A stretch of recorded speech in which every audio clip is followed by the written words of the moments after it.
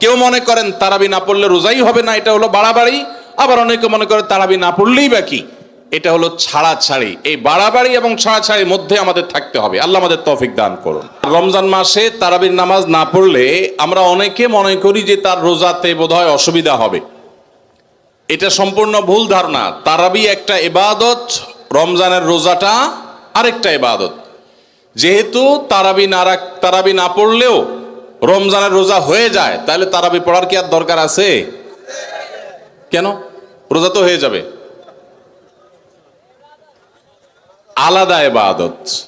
রোজা রাখা একটা ইবাদত, তারাবি পড়াটা আরেকটা ইবাদত। নবী করিম সাল্লাল্লাহু আলাইহি সাল্লাম একই হাদিসে দুটি কথা বলেছেন, মান কামা রমাদানা ঈমানান ওয়া ইহতিসাবান গুফিরা লাহু মা তাকাদ্দামা মিন যামবি। একই হাদিসে বলেছেন, মান সামা রমাদানা ঈমানান ওয়া ইহতিসাবান গুফিরা লাহু মা তাকাদ্দামা মিন যামবি।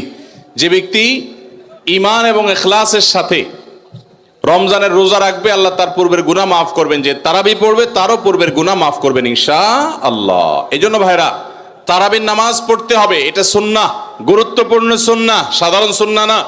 নবী সাল্লাল্লাহু আলাইহি সাল্লাম ছাড়েন নাই, সাহাবীরা ছাড়েন নাই। কোনো ওযর ছাড়া তারাবি ছাড়া যাবে না।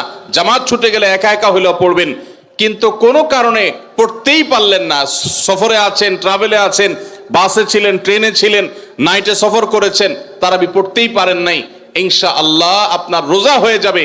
তাই বলে তারাবিকে অনেকে অবহেলা করেন আজকাল, যেটা তো সুন্নাত, না পড়লেই কি। এই অবহেলাটা আরেকটা দোষের।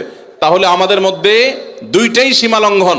কেউ মনে করেন তারাবি না পড়লে রোজাই হবে না, এটা হলো বাড়াবাড়ি।